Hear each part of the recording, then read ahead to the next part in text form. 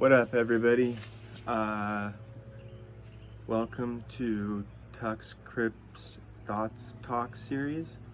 In this my name's Tucker, and I've got a channel. It's called Tuck Notes, and on this playlist you'll find new information that I'm learning about cryptocurrency. And so, if you want to know a little bit about it,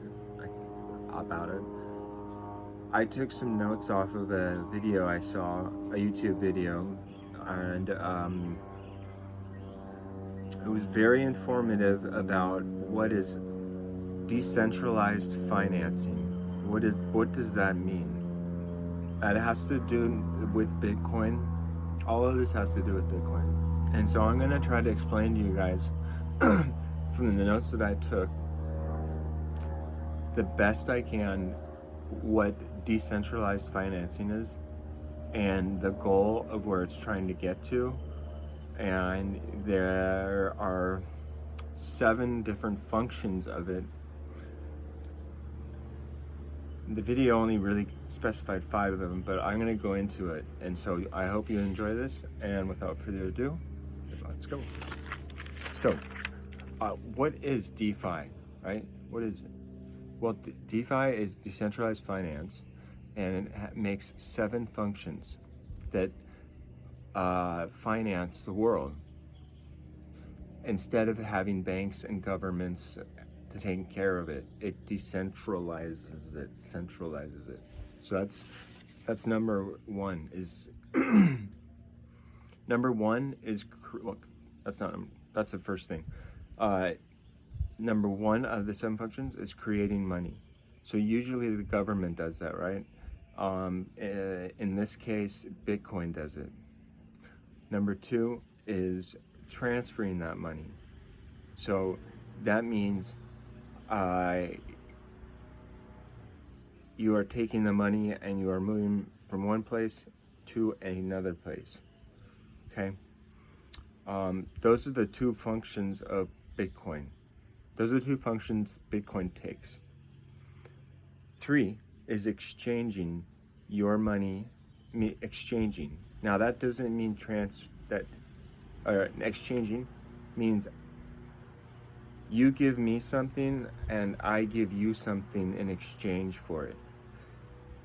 An example of that is Ethereum originally offered that. That's how Ethereum got started. Number 4 is lending. Lending is not exchanging. Lending is decentralized lending. There are no banks, there's no governments in charge. It's actually the blockchain that is in charge. You represent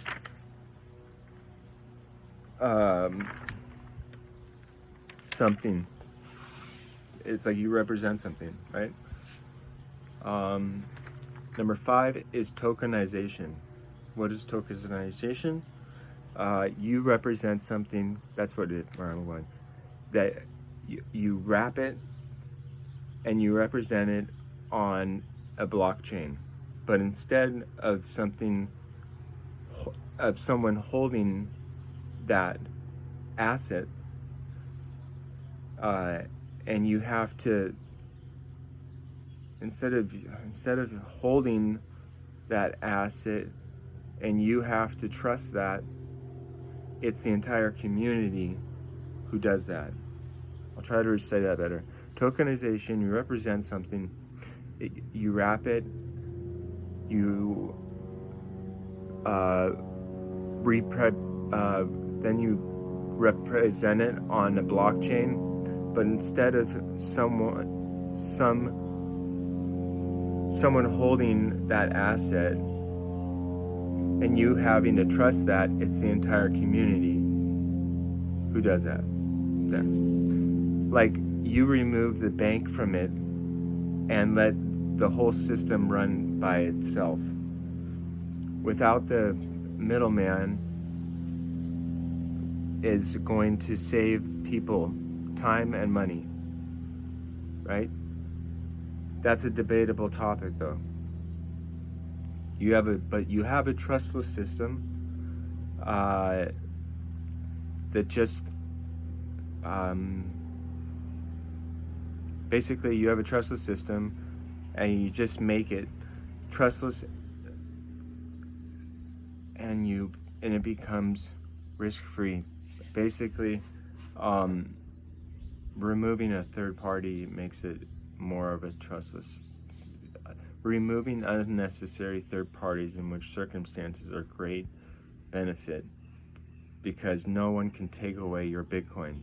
No one can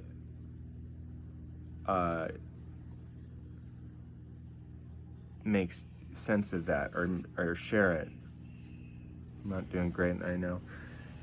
In decentralized exchange, there is no stopping you there's no one stopping you being able to exchange something. I'm sorry, I'm reading part of this, but the best part is you have a trustless system.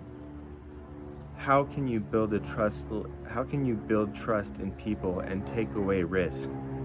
Just take away trustless and it becomes risk-free. That's a good one. Who is lending DeFi space? Who's the leader in DeFi space? Ethereum. Whenever you have the king on the hill, on your hill, whenever you have the king on the hill, it's always being attacked. Many people don't want to give up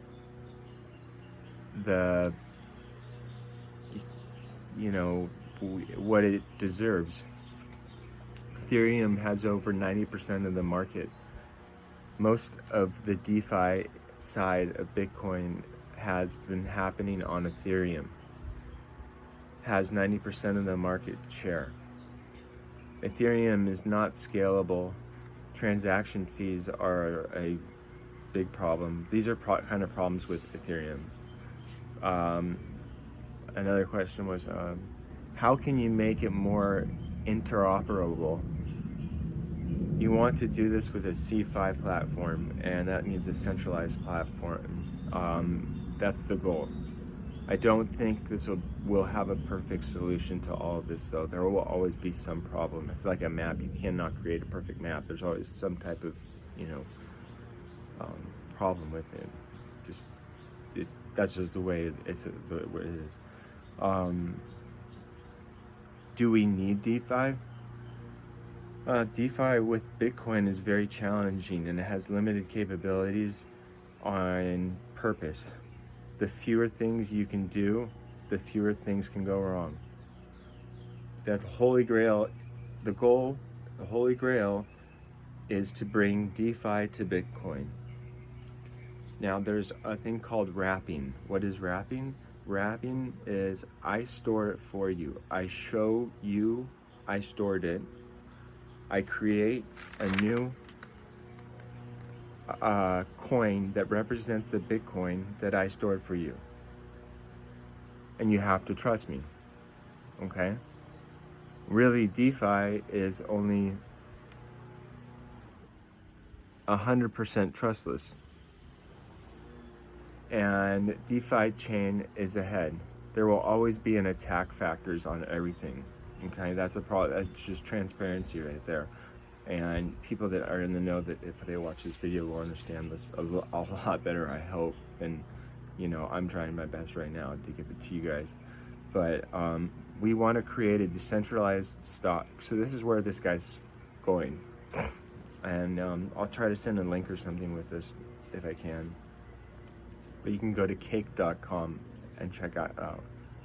He's the CEO of who was interviewed in this notes I'm giving you.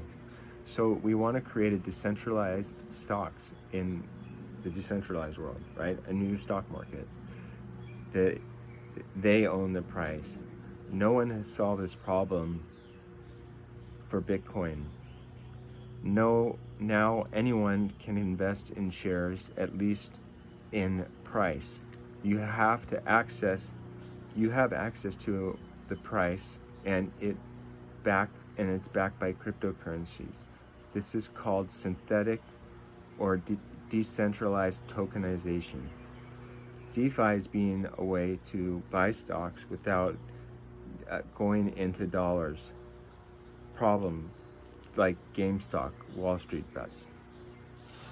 DeFi is the leading, DeFi is the leading.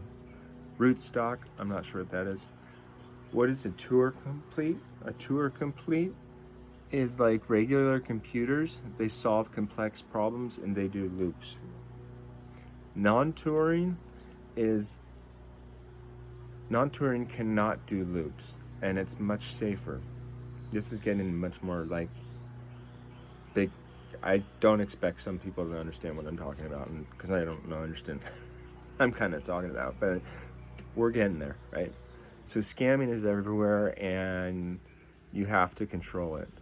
On a tour complete system, there's always an attack problem. Someone just has to find it.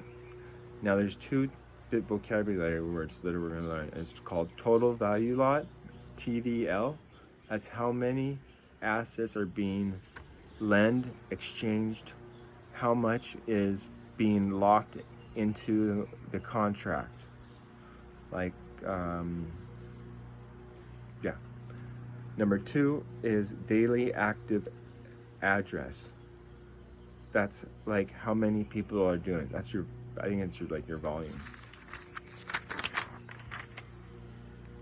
So, how do you buy DeFi?